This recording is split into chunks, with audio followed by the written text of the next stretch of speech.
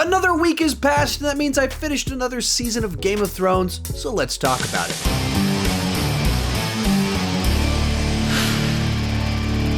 Hi, my name is Sean, and I love to talk about movies and TV way too much. With that in mind, go ahead and join me down below in the comment section. Go ahead and share your thoughts on Season 6 of Game of Thrones, as this is a spoiler review. Feel free to spoil away down below in the comment section. No need for a spoiler warning, but don't spoil ahead beyond Season 6, because that's what we're talking about right now. Technically, I actually did finish Season 7 last night, so I actually don't know what happens in Season 7, but this is only a Season 6 review, so I don't want anything spoiled beyond that. As I mentioned in my previous review, at this point in time, my wife is watching every single episode with me. She's normally the one saying, hey, can we watch one more episode? We gotta watch one more episode, right? And she's the reason that we actually finished Season 7 so quickly, because she wanted to know what was going to happen next, which is so ironic, since I started watching the show because she absolutely did not want to watch Game of Thrones. The way these reviews work is that I'll kind of give my quick thoughts on the season as a whole, and then I'll kind of talk about the main arcs for some of the characters. If you want to skip ahead, I got links down below somewhere around here. Let's get started with my general thoughts. So for me, when it comes to movies and TV shows, I like big payoff victories, characters having gigantic losses, sacrificing on a journey, and then having success, whether the victory they wanted or the victory that's satisfying for the audience. I love that kind of thing. And one of the things this show seems to do is one season is a lot of setup and the next season is all payoff. And the way Season 6 worked out, it's not only all the payoff of the work that happened in Season 5, really, it's the culmination of a whole bunch of the plot lines from all of the previous seasons. So as for me, I thoroughly enjoyed Season 6 from beginning to end. It's sort of designed in a way where virtually every single episode has something about it that just makes it pop. Some twist, a reveal, something incredible happens. The story's progressed in a major way, and all of them are different from each other. It's not all kind of in the same ballpark. Plot lines that you didn't really think were going to be remotely interesting have some sort of reveal that makes you go, oh, that's cool. I never would have thought that that was going to be cool, but that was actually pretty cool. Some of it's the more obvious stuff, like Jon Snow leading a charge against Ramsay. You know that's going to be awesome. And it was. But the whole thing, I just thought, paid off so well. It was compelling, and it was earned. Because to get to Season 6, to have this payoff, to have these moments, to have it be Jon Snow that's one's leading the charge, and to have moments where you actually kind of want Cersei to have her revenge, you have to do all the hard work and take them on these journeys. So all the sacrifices that led to Season 6 make the victories of Season 6 so very satisfying on so many different levels. And even if you've been tracking along with my reviews and, you know, my frustrations maybe early on and like, what? We want justice. We want to have some sort of... The nature of this show, it seems like the longer you watch it, the more you get invested, and so many things that are set up in the beginning of the show paid off 50 episodes later, 60 episodes later, and that's kind of a lot of what Season 6 was for me. Other thing that I found fascinating about this is that while it's obviously not in any way designed to be a series finale, and they knew they were going to have next seasons and everything, it closes out a lot of major character arcs in a way that functionally or as an emotional level to the audience are satisfying like a series finale. When you get to that last episode, episode 10, and you have the Starks reclaiming Winterfell. You have Daenerys getting into the boats, leaving the distant lands to actually come to Westeros. You have Cersei actually sitting on the Iron Throne. Like it had a series finale vibe to it. more plot lines, other things, White Walkers. Of course, there's more to be done.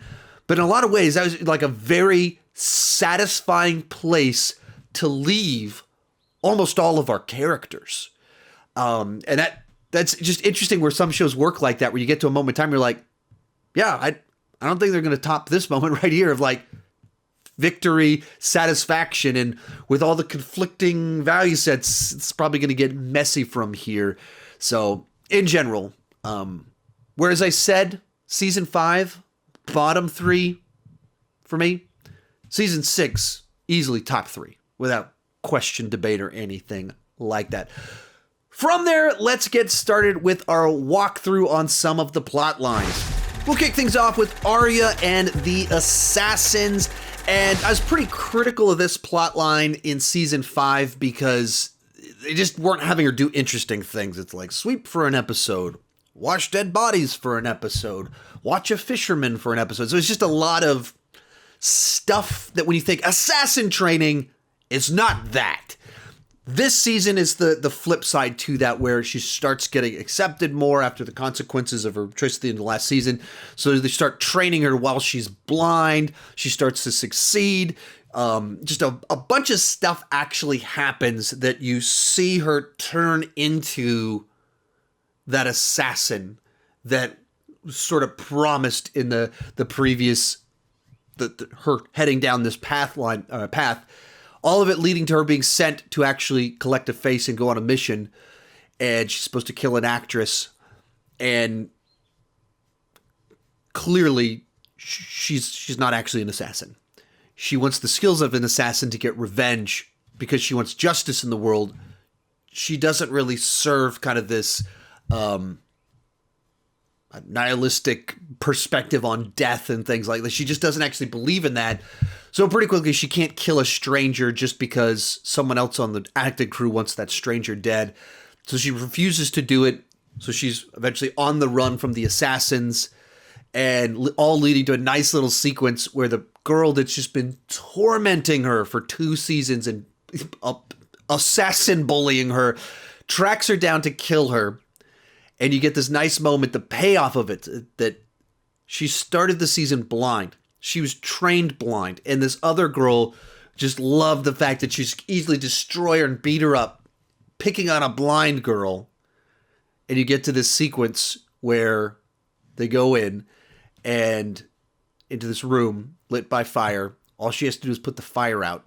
And the other girl is not trained, prepared for blind fighting. And she is. So Arya doesn't end up dying and eventually is able to have her final discussion with her nameless friend, and then takes off back to Westeros. And one of the things that was spoiled for me, actually, if you've been watching along with my reviews, I've started using less and less and less footage from the seasons and less pictures and stuff. And that's because I think it was season 4 or something like that, when I was just doing little searches like Arya and one of the ones that popped up for Arya was Revenge on the Freys, and it like listed the episode. And I wouldn't even known to search for that phrase. I was searching for like Arya and the Hound, and Arya and the Freys like came up, something like that. And so I actually had to stop searching for things, but I had it spoiled for me because of Google suggestion in the when it fills in suggestions for you in search. Spoiled things for me. Thanks a lot, Google. And so I knew we were heading in a direction with her coming back with the phrase and everything that I was going to be excited for. It was a fun one because I knew what was kind of going on, and I could piece it together with just seeing that autofill on Google, but my wife didn't.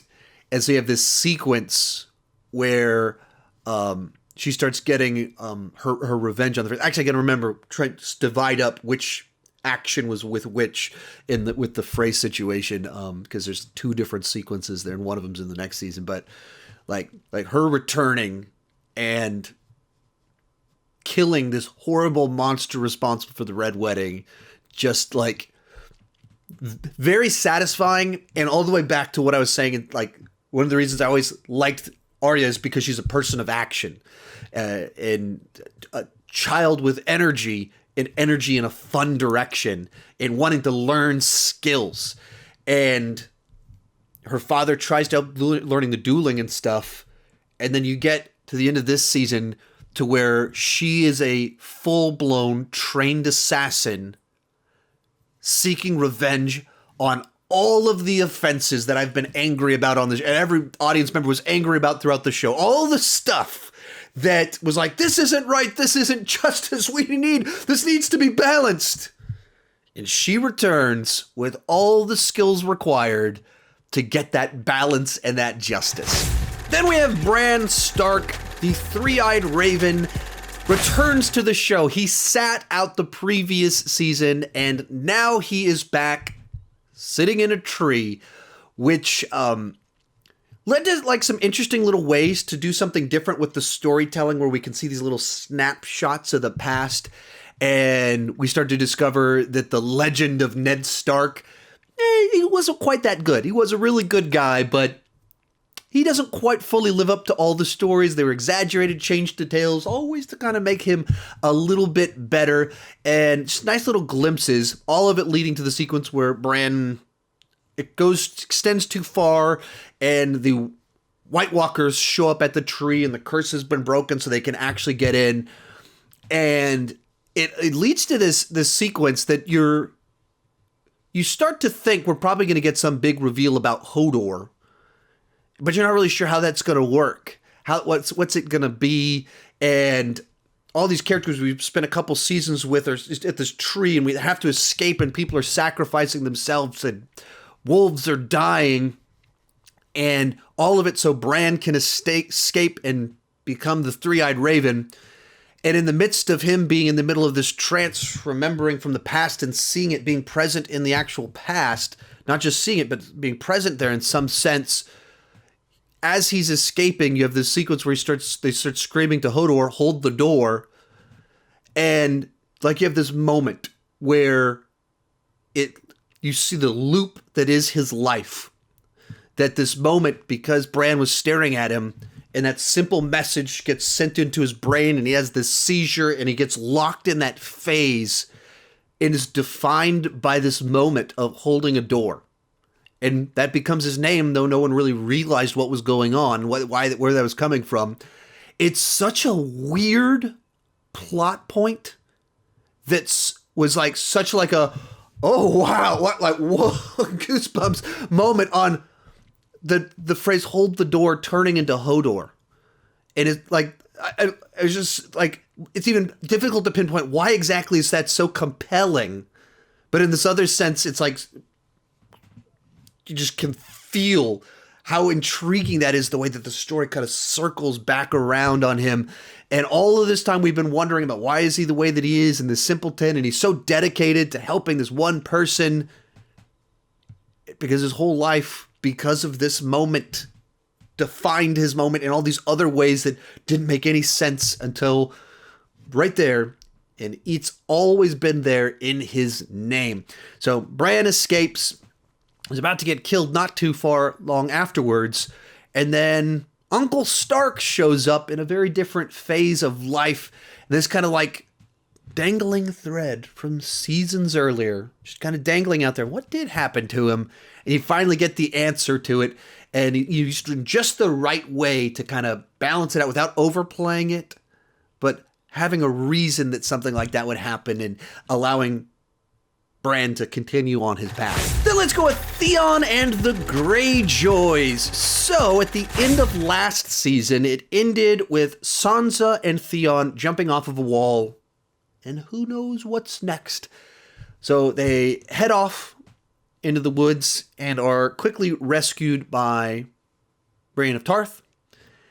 And Theon kind of says, I gotta go back to the Greyjoys. I've got to go return and try and make right with my family. So he heads back, and as he's returning, of all the things that are kind of happening at this moment, Uncle Euron returns, kills the awful father, just kills him, murders him. And I was thinking this was going to be like maybe a conspiracy, long running, like will they guess?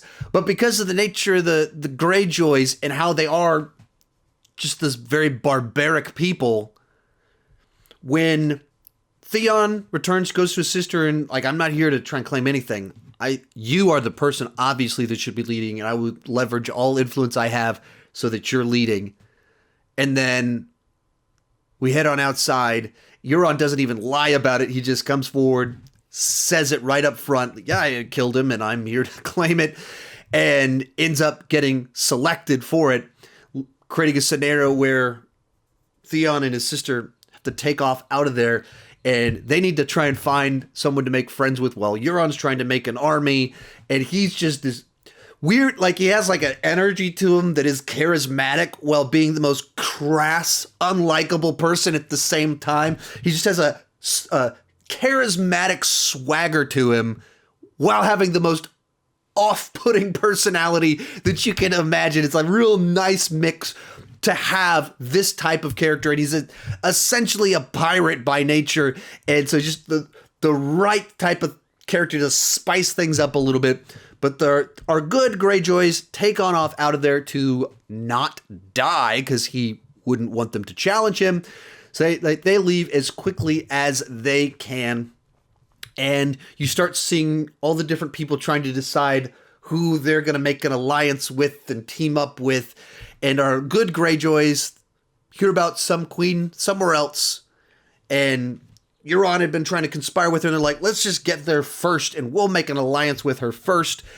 And it's interesting where this show, that up to this point in time, and even the way as I was writing my notes to do this review, I've structured them basically in a manner that was based off the characters, because all of our characters are in such different places.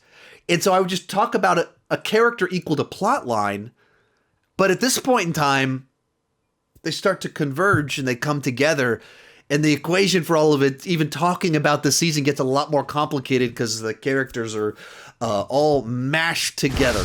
So back in King's Landing, the religious cult is still in power. Cersei, having done her walk of shame, is unhappy with them and wants her revenge. And the season is essentially her trying to scheme to get the upper hand to eventually win in this scenario and maneuver everything just right. And you've got the Tyrells trying to save their children that are on trial and trying to do every manipulation that they have. So Margaery's trying to manipulate people. Everyone's just trying to figure out, how do we get out of this scenario? And all these kind of different lies taking place, manipulations that are like conflicting with the other ones and countering and contradicting them. And the people that are free creating schemes that are then undermined when they show up to try and make them happen. And just a super duper complex situation, all leading up to the finale. And you've been kind of waiting like, so what is Cersei going to do? She hasn't been able to finagle herself out of being on trial and all that. What is she going to do? Because there is nobody more hateful than her. Whatever it's going to be is bad. All of it leads up to the final episode where she's supposed to go on trial for everything that she's done. She's pretty guilty, blatantly not repentant of this stuff. So trouble will happen. All of her enemies are in one place. And her son would be there, but she sends her large friend to stop him from leaving. So he's stuck in his room. And they kind of have this whole little plot line of her, nephew, her relative that in earlier seasons she was having inappropriate relations with, like follows this path stuff down into a room filled with stuff that we're familiar with from season 2. Like, wait, where's this stuff stored? What is about to happen? And it's like really nicely directed, building all the tension. And High Sparrow, not understanding Cersei's a mastermind and super duper evil, is like, well, we got to go get her. She's supposed to be on trial.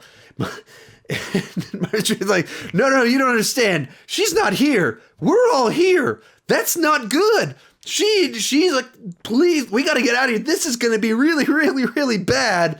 And then, kaboom. The peak of Cersei revenge moments happens where she blows up everyone that has acted up against her. But Cersei, kind of an idiot, very conniving. She can come up with a plan, but she's unable, like her blind spot is she can't see how what she does will damage her long term, hurt the people around her. She consistently is unable to see that because she is unable to accept her past mistakes. She can't learn from her past. She can't look at the past and go, oh, my schemes led to these children dying, this person hating me. She can't accept she's responsible. Everyone else has to be responsible. It's the Tyrells. It's Tyrion. Someone else is always responsible for why these horrible things keep happening around her. So she can't learn her lesson. And she has a sweet son who actually loved his wife, really liked her, very much in love with her. And his loving mother, Cersei, blows up his wife and doesn't stop to think, you know, how will my son respond if I blow up his wife? She can't think that way. She can't learn from all the past stuff. So she creates a scenario where her sweet son, who's been stressed out, feels like he's losing control, lost everything, doesn't know what to do, wasn't really prepared, and certainly doesn't have the maturity to be in the role that he's in. His wife is blown up. He sees no future, hops out the window. And Cersei runs out of kids. And all of them, in some way, died because of her awfulness. Whether raising Joffrey, who was a monster, or people getting revenge on her by killing her kids, or her blowing up people she doesn't like, thus leading a child to suicide. All of it goes back to her. And she can't acknowledge that, can't accept that. And in this other sense, she's achieved what she's always wanted. She's the queen, sitting on the Iron Throne, and everyone paid the price for it. And she doesn't realize that the cost for her to get here was she was responsible for her own children dying and everyone hating her. In the comments, people are like, oh, no, Cersei's really smart, and she does this, and she's does this, and she's one of my favorite characters. If you love the character, that's fine. We love characters for different types of reasons, different points in times. We resonate with different things, and we love different things about them for all kinds of different reasons. There's a lot of things about her that are very compelling, even as to why I'm ranting about her right now. That's because she's interesting and compelling, and I don't even know that she's all that complex. But there's an idea there that's consistent enough throughout her actions that it's interesting to see the mess she's gotten herself into while being successful. Where in my mind, I just see an idiot because she can't learn from her past. She can't take responsibility for her own failures. She has to blame other people. So she keeps making the same mistakes of doubling, tripling, quadrupling down on her aggressive behavior towards others, burning every bridge, and people die all around her, and she's unfazed by it. That to me is utter foolishness. Then we'll have Tyrion in charge. So at the end of last season, Daenerys rode off on her dragon, who was injured, so didn't want to fly her back. So she starts walking around, and then a Dothraki horde takes her. Oops. So the kingdom that she's queen over is left without a ruler, but because Tyrion had kind of been raised up as this advisor, so he gets put in charge of the city eventually, turns into this very interesting scenario because he hasn't been around for all that long with her. She trusts him. He's very useful to her, but Daenerys and friends have a distinct worldview that drives their actions. And he can't understand the simplicity of people like slavery bad, it ends. He doesn't, we have to be strategic. We have to work with people. We can't just force things. That has consequences. We have to work with them. But he hasn't also been around to see what these people have been doing. He wasn't around for the slavery. He jokes, I was a slave for a day. Wasn't a fan of it. And they're like, right. Yeah, we lived it for the first 20 years of our lives. And so there's that contrast between the people that Daenerys trusts the most and leads to Tyrion finding a short-lived peace by cutting these deals and trying to have a transition period to get out of the scenario that they're in. It seems that he has been victorious. Seems that he's having some wins in all of this, because there's these flare-ups of violence, and then he comes up with a strategy. How do we balance this out? How do we get these guys to back off? How do we get them to stop doing stuff? Seem to find a little bit of a balance in all of it. All of it leading to the last little couple windows where slave trader guys show up just looking to destroy the city. And right as Tyrion has his moment of like, we did it, we got peace, utter war breaks out. But once again, this is where the show gets a little bit tricky to talk about because all of our characters are intertwining. So let's go back over to Daenerys. So Daenerys has been taken by these Dothraki clans, and eventually they figure out kind of who she is, and she's taken back to where she was supposed to go according to their customs whenever her husband, Khal Drogo, died. Supposed to go to this other place to where basically they sit around and they're honored, but they're like stuck in a tent all day long for the rest of their lives. That's not a very Daenerys way of life. And so she shows up, and these people, they like keep talking down to her, and it's kind of fun to get back to that era of Daenerys. Because there was like 2 seasons straight where she was just like talked down to. Everyone thought she was a fool, weakling. And then the last few seasons, she has these armies and just destroying people, and people have such reverence for her and wowed by her and transformed by seeing her in action. And now we're back to people just talking down to her again. But she, at the same time, has learned how to work with people. She's talking to the other ladies. At the same time, our 2 friend zones are on a mission to rescue her. And they even get to the point in time where they're there to rescue her. And she's like, no, I got a plan. Thanks, guys. Love it that you're here for me. I got something I need to do first. So you have this sequence where she's in a tent with all of these, I guess the culls that are just have no respect for her, and they're kind of amused by the fact that she has no power anymore, and they just have no idea who they're dealing with. And she kind of takes some of it, and then she just turns the whole thing around on them and starts talking down to them, and they're ready to kill her. And then she does like the ultimate alpha move and burns the building down while inside of it. While all of their people that have been following all of them are outside, she burns the place down. They die, and then she walks out, clothes burned off her body, but unburned by the fires, and everybody sees her do this. All of those clans of people she couldn't win over that she lost back in season 2, all of them see like, oh, wow, all that stuff that she said is true. Like, she's the real deal. And suddenly she goes from having 1 army to having 2 armies, and they are very dedicated to her. Looping back around to our previous plot line where her kingdom was being bombarded, and then the doors fly open and she emerges in the room to come and save the day. And once again, she's brought an army with her. She has dragons that she can control. And so slaver guys show up to discuss their surrender.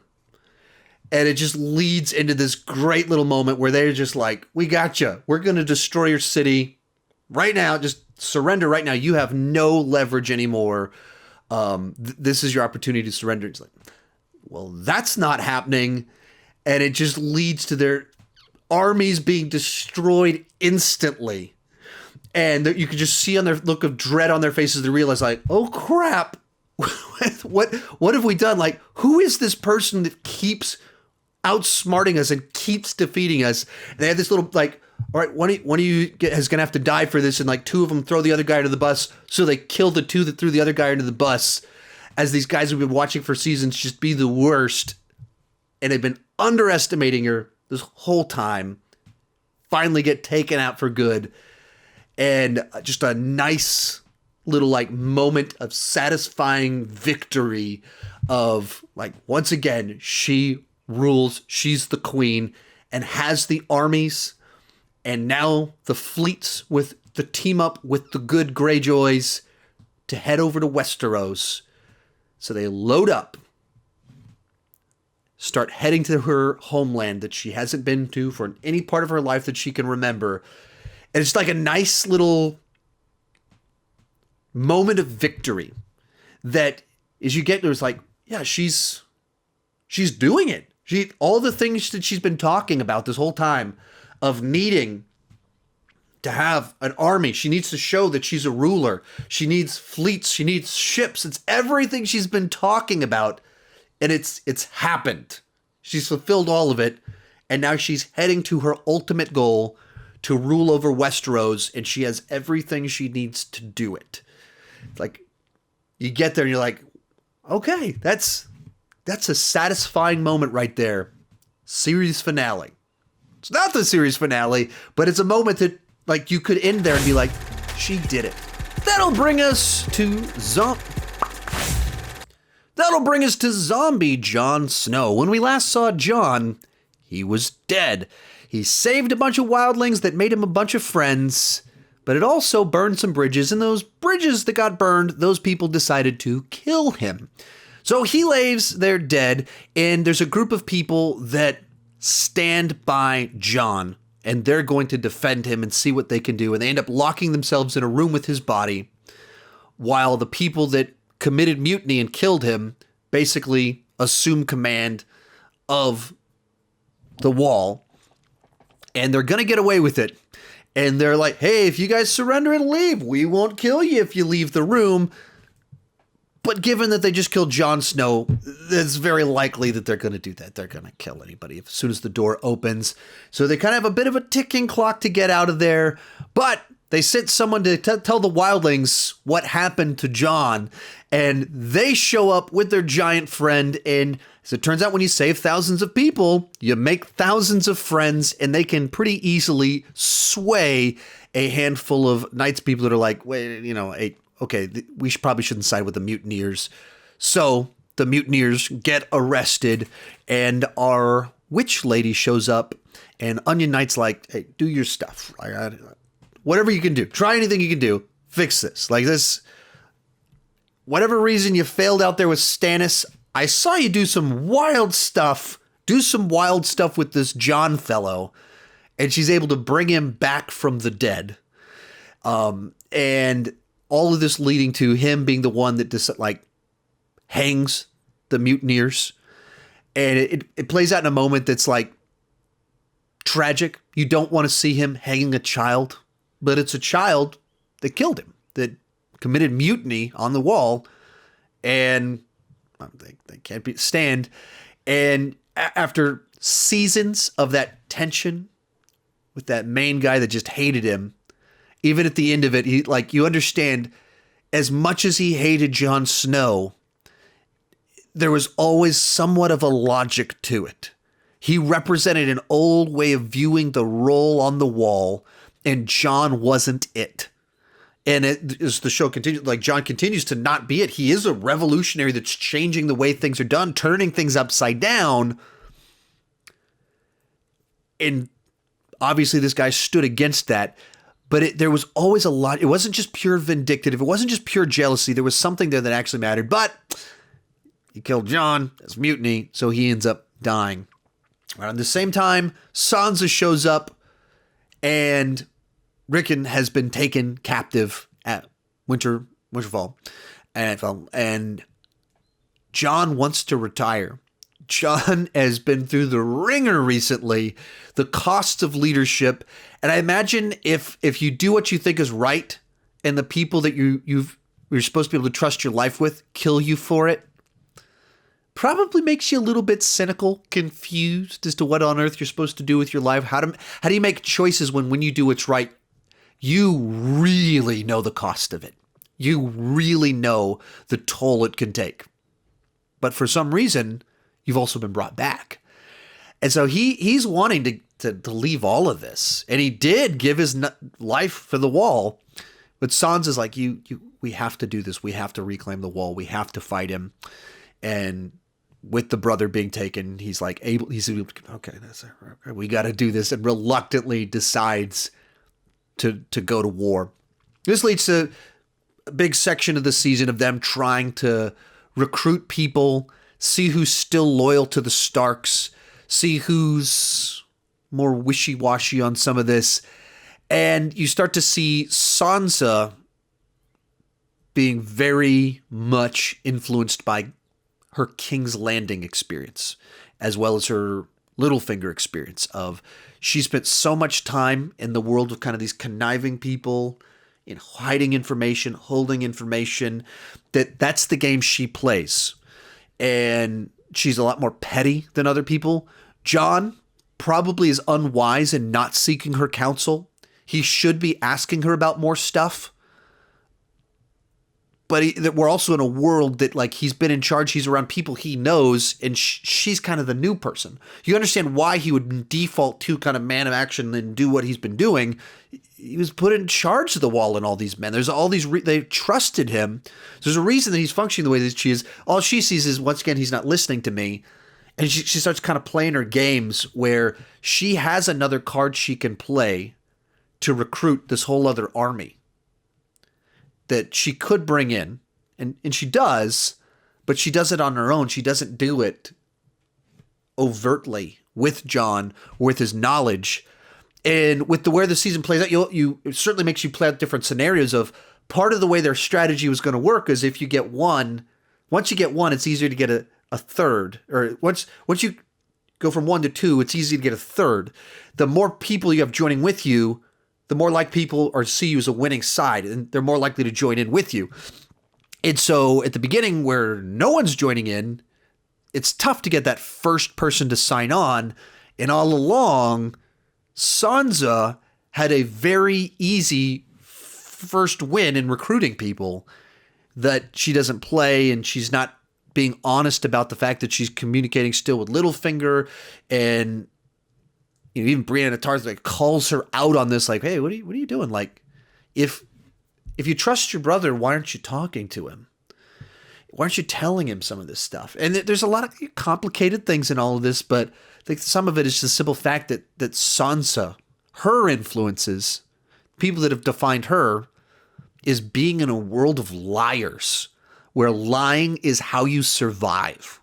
That's what she lived in for the first 5 seasons. She had to be in constant pretend mode around everyone.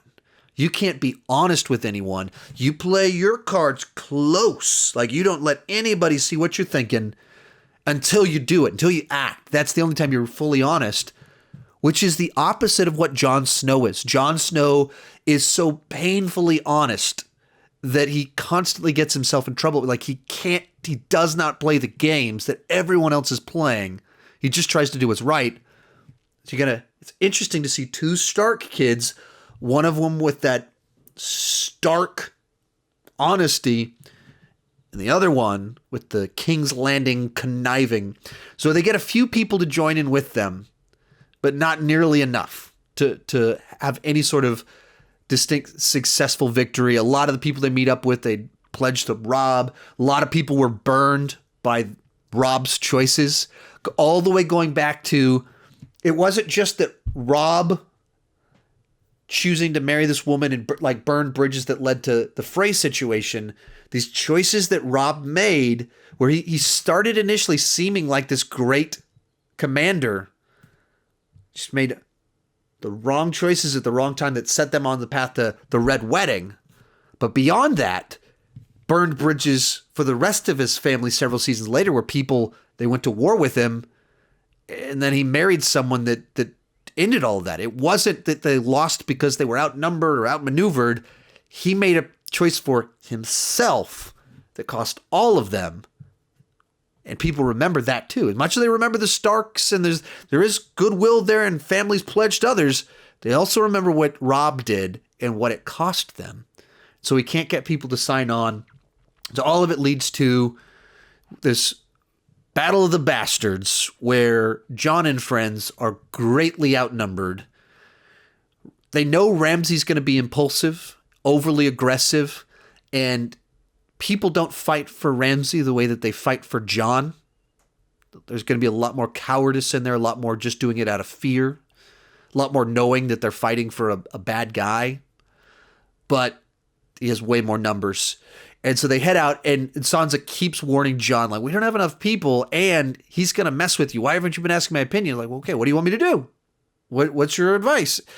And that's the tricky thing about the Sansa wanting to be asked her opinion is that she keeps being like, well, you don't know him like I know him. Okay, well, what do I need to know? He's going to have trickery. Okay. What is it? What do I need to do? If you tell me, I can do it. But she doesn't have like an action for him. She just has, you need to know he's going to fight dirty and he's going to mess with you. That's what he does. And that's what happens. They get to the battle and he kicks things off by having Rickon run across the field while he shoots arrows at him, while Jon desperately tries to get to him in time to save him, and he can't.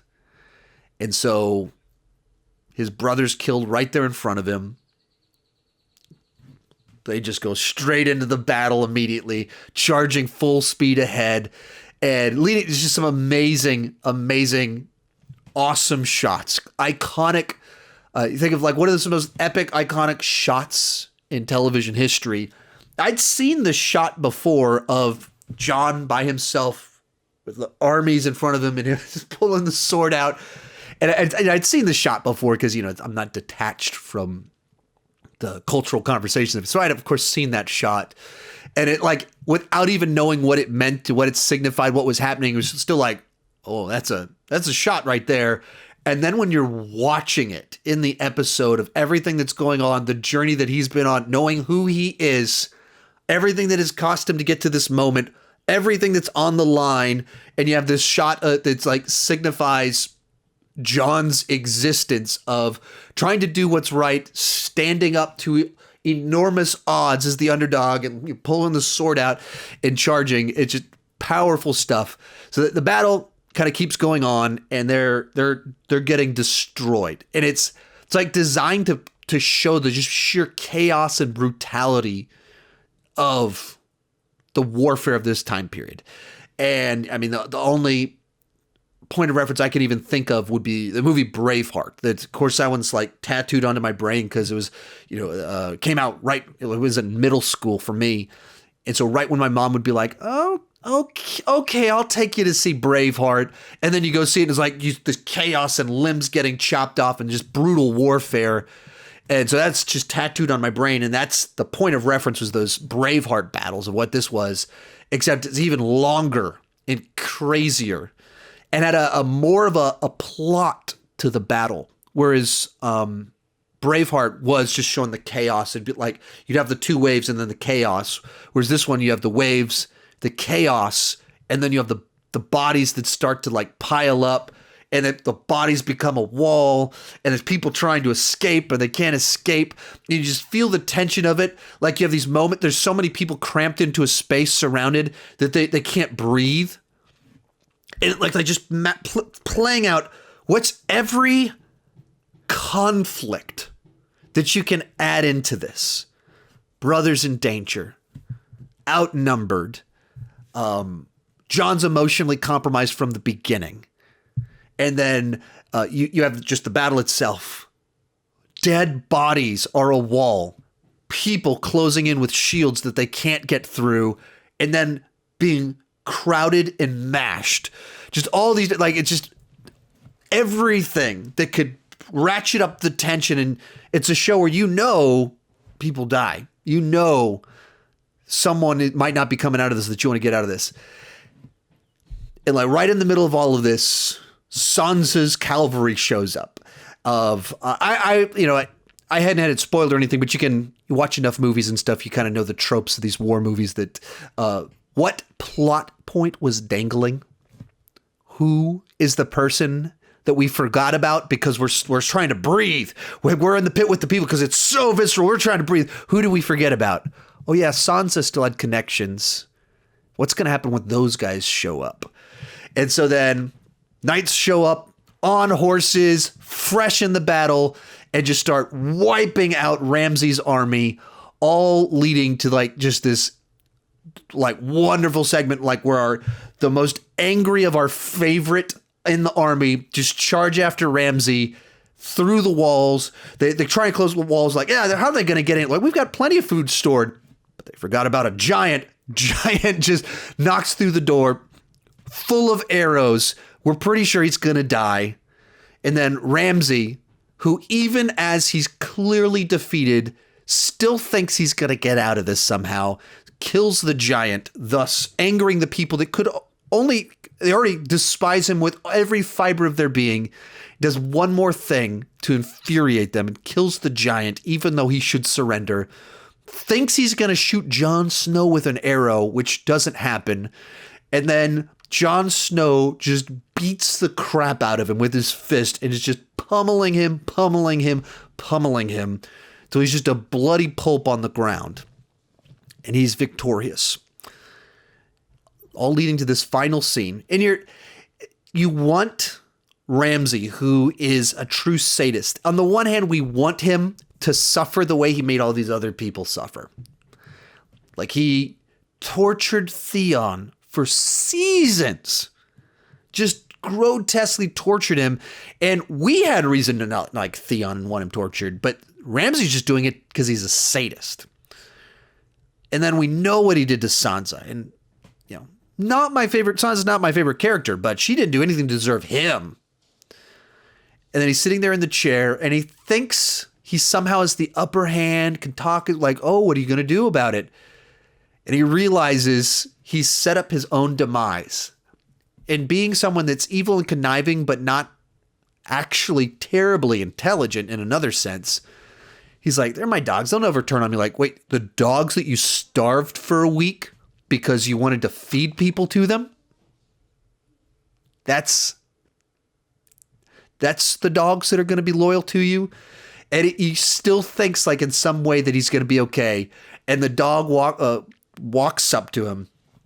And in the like horrifying moment, bites his jaw off. The guy that keeps talking, saying sick things and has that just evil smirk on his face and has, as long as he's been on the show, finally gets the smirk taken off his face by a dog, a hound, eating his face. Woo! And then Sansa like watches just a little bit, watches him die, and then walks off with like a little smile on her face in a way that's like, yeah, okay. I know I would much prefer if we could lock him up in a dungeon for a while and have him slowly tortured, because that's what he's earned through everything. His just sick behavior. But you can't have your heroes, your protagonist, torture people to death over long periods of time. So feeding him to the dogs, that's probably as good of a brutal, poetically satisfying death that he can get. All of it leading to the finale of the season where Jon Snow, the bastard of Ned Stark, ends up becoming the King of the North. And kind of fulfills what the show is about in a certain sense. Like, when it kicks off, you don't fully realize this, especially like the first season, that the whole concept of the show is these underdogs, the bastard, the dwarf, the younger sister being sold into slavery, and then eventually the onion knight, all of these kind of lowly people that aren't supposed to be powerful have risen to actually be the people that are victorious. It takes a long time in this world. In the short term, the villains have big victories. But then these people, through their actions and wise choices, also are successful. And then probably the ultimate example of that would be Jon Snow, who at the end of episode 1 is being reassured, like, yeah, going off to the wall, it's honorable. It's good. You're a good guy. You'll be successful. You'll make a name for yourself. And then by episode 2, and he starts to learn about it from Tyrion, he's like, wait, I'm going to the edge of the world. Where am I going to waste away with a bunch of exiled rapists? Is that what my life is going to be? The guy that at the beginning of the season was dead because he tried to do what was right and got killed for it is now made the King of the North. Something like about that, like the victory of that. It's powerful, powerful stuff. But then the other piece of information in here that we learned, I don't remember exact timeline of it. They have this very little plot moment where in Bran's visions, he sees a moment where Ned Stark doesn't actually father a bastard. Instead, what happens is that his sister hands him a baby.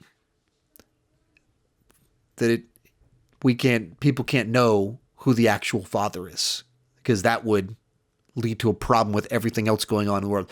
Once again, tarnishing kind of that Ned Stark legendary status and making Jon Snow much, much, much more interesting. Like, wait, who is this guy? What's going on here? Wait, he's even, as much as he accomplished on his own is fascinating, there's even more layers to, like, this guy is something special.